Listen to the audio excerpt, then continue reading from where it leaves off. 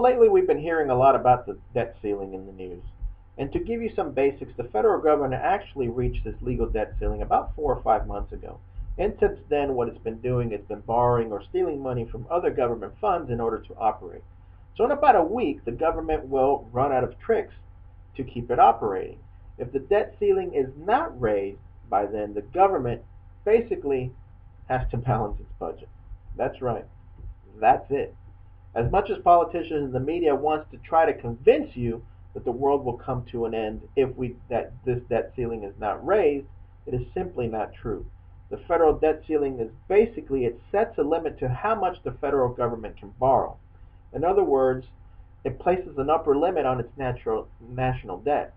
It's very similar to the credit limit on your personal credit card. That's it. So reaching this debt ceiling does not mean that the government will default on its debt. In fact, the U.S. Constitution forbids defaulting on debt under the 14th Amendment. So, in reality, if the debt ceiling is not reached in the debt ceiling is not raised in the next 2 weeks, the government actually has to prioritize its expenses and keep spending under the revenues that it collects.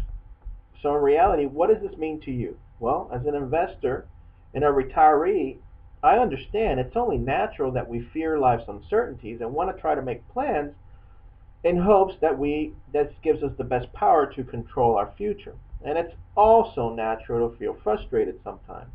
The trouble is that in the real world, life is complicated and we have absolutely no idea what's going to happen in the future.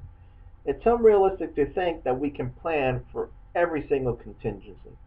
And even when we think that we do, issues we never even thought of actually happen. But unlike the government, we can take steps to protect ourselves to a certain point by doing some careful planning and reevaluating and stress testing our plans at certain intervals. But we must be careful not to allow fear and short-term events to manipulate our long-term outlook. You must understand that every investment and plan carries in it some risk. We can never think of everything, but we must take sensible steps to protect ourselves from life's inevitable surprises. See you next time on Financial QB TV.